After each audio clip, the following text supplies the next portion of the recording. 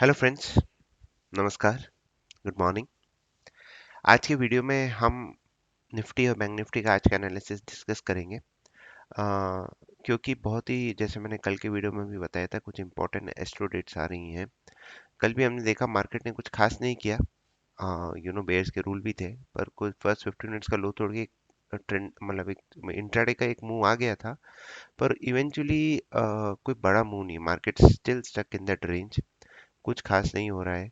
ये सब देखिए, आप बजट से पहले हो रहा है। बजट से पहले जनरली या तो मैं प्री बजट रैली आएगी या पोस्ट बजट रैली या फॉल आता है। तो अभी मार्केट ने, अगर हम वीकली चार्ट पे चले, निफ्टी ने क्या किया है, मतलब यहाँ पे इसने टॉप बनाया था, ये रिट्रेस किया इसने मूव ऑलमोस्ट 50% तक, और ये कंसोलिडेट कर रहा है नेक्स्ट 3 to 4 4 वीक से। ये बहुत ही डिफिकल्ट टाइम होता है ट्रेंड फॉलोइंग ट्रेडर्स के लिए, एंड इट इज बून। जो लोग स्ट्रैंगल्स बनाते हैं, जो स्ट्रैडल्स भी करते हैं, क्योंकि मार्केट एक रेंज में है तो आपको उस रेंज का प्रीमियम खाने को मिलता है। बट इवेंचुअली मार्केट, आपको मार्केट के हिसाब से अपने आप को टर्न करना पड़ता है जब तक ये रेंज नहीं टूटती है। क्योंकि क्या हो रहा है आप देखिए, जो गैन का मैं 50% ऑक्टेव पॉइंट देखिए कितना ब्यूटीफुली इसी पॉइंट पे मार्केट आके बार बार रिवर्स कर रहा है। This is one second third fourth fifth time हो चुका है। मतलब यहाँ पे बहुत अच्छी आपको डिमांड मिल रही है कि हर बार ये ऊपर हो जाता है। पर एक चीज है कि एक सपोर्ट को आप एक बार, दो बार, तीन बार, जितनी बार टच करेंगे उतना वो वीकर हो जाएगा। नेक्स्ट टाइम अगर टूटा तो जैसा हमने बोला 17550, और कब ये डाउन ट्रेंड फिनिश हो जाता है, we need a close about this retracement point which is 18085, which is जो बेसिकली आपका अराउंड 20 डे मूविंग एवरेज भी हो गया है। 20 day moving average is very very important.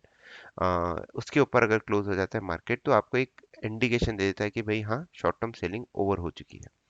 Now आज क्या हो रहा है, तीन इंपॉर्टेंट चीजें हो रही है। जुपिटर जीरो डिक्लिनेशन पे, मून जीरो डिक्लिनेशन पे, मार्स, इसका मार्स का भी मिनिमम डिक्लिनेशन हो रहा है।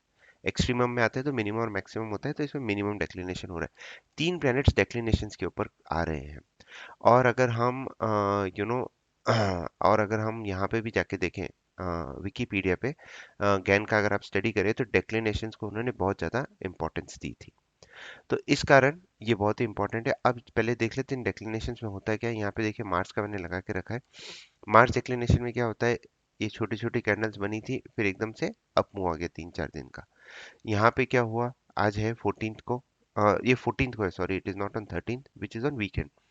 तो आपको ये ध्यान रखना है, उसका इम्पैक्ट हो सकता है आज भी आ जाए या फिर मंडे को आएगा। तो ये एक इम्पॉर्टेंट इवेंट है मार्च डिक्लिनेशन। लास्ट टाइम ये कब हुआ था, हाँ यहाँ पे हुआ था। देखिए उसके बाद भी एक बॉटम बन के एक मार्केट ने अच्छी रैली दी थी। मतलब ये टॉप या बॉटम के आसपास ही बनता है। यहाँ पे फिर देखिए तीसरे टाइम भी ये बॉटम बना इधर मार्केट का, फिर एक अच्छी रैली है। तो this is a very very important event, जो यहाँ पे फिर एक बॉटम बना, फिर एक रैली आई। तो देखिए किस तरह से मार्च का डिक्लिनेशन, 3 4 इंस्टेंसेस देखिए बॉटम बन के रैली आ गई। तो ये एक इंपॉर्टेंट इवेंट हो गया। नेक्स्ट हम डालते हैं मून डिक्लिनेशन। यहाँ पे हमने मून का डिक्लिनेशन डाल के रखा है। ये भी एक अच्छी साइकिल होती है। यहाँ पे देखिए आप, अगर इस यहाँ पे आ गया तो इस रेंज के अंदर ही चलता रहा, एक डेक्लिनेशन से दूसरे डेक्लिनेशन के बीच में। तो यहाँ पे भी इसने एक तरह से टॉप ही बना दिया था इधर, और फिर उस हाई को ब्रेक नहीं कर पाया, 3 4 दिन कंसोलिडेट किया, फिर ये गिर गया। तो वापस अभी अभी मल्टीपल दो रोजी बन गई है हमारी इधर। ये बैंक निफ्टी का चार्ट है। तो यहाँ पे भी एक हमारे लिए एक इंपॉर्टेंट इवेंट हो जाता है। और तीसरी इंपॉर्टेंट चीज हो रही है जो है जुपिटर का डिक्लिनेशन। जब आउटर प्लैनेट तो उसका डिक्लिनेशन इतनी आसानी से नहीं आता है, साल में एक या दो बार ही आएगा। तो यहाँ पे देखिए, यहाँ पे आया था, नेक्स्ट 1 और 2 डेज में वापस मार्केट ने कंसोलिडेट करके एक अच्छा बॉटम बना दिया। तो दीज आर आउटर प्लैनेट्स, तो इनका इफेक्ट आने में थोड़ा सा टाइम लगता है। फिर देखिए दो स्मॉल डोजीज, फिर एक रैली आ गई। तो जुपिटर डेक्लिनेशन, नाउ आज क्या हो रहा है, जुपिटर, मून और मार्स विद इन 1 और 2 डेज आ रहे हैं। तो ये एक इंपॉर्टेंट इवेंट माना जाता है एज पर financial astrology. Even Gann use to talk about this, कि ये बहुत ही इंपॉर्टेंट इवेंट्स माने जाते हैं जब कुछ multiple declinations, multiple ingresses, they come within 1 और 2 डेज। जिसे इंग्रेस में हमसे डबल इंग्रेस बोलते हैं, इसे डबल डेक्लिनेशन या ट्रिपल डेक्लिनेशन बोल देते हैं।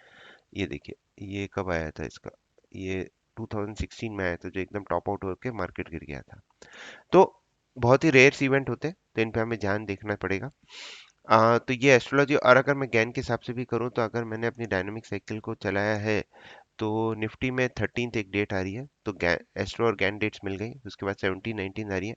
बैंक निफ्टी में 13 डेट नहीं आ रही है, बैंक निफ्टी में 17 और 19 ही आ रही है। 17 19 को अगेन कुछ इंपॉर्टेंट इवेंट्स होंगे 17 18, तो ये एक इंपॉर्टेंट है। पर अगर निफ्टी में आ रही है तो इवेंचुअली बैंक निफ्टी में इसलिए आ रही है क्योंकि आज आईटी के रिजल्ट्स आए हैं, तो आईटी एक इंडेक्स हैवीवेट है निफ्टी में भी, तो ये हमारे लिए इंपॉर्टेंट हो जाता है। Probably Nifty can react more than Bank Nifty. This is what it is suggesting. Now let's look at the levels. तो लेवल्स में जैसे मैंने आपको बताया 50% लेवल अभी तक होल्ड कर रहा है। वीकली चार्ट्स में इनसाइड बार के बाद कुछ खास नहीं हुआ है मार्केट में। तो अब हम चलते हैं हमारे जो लेवल्स है।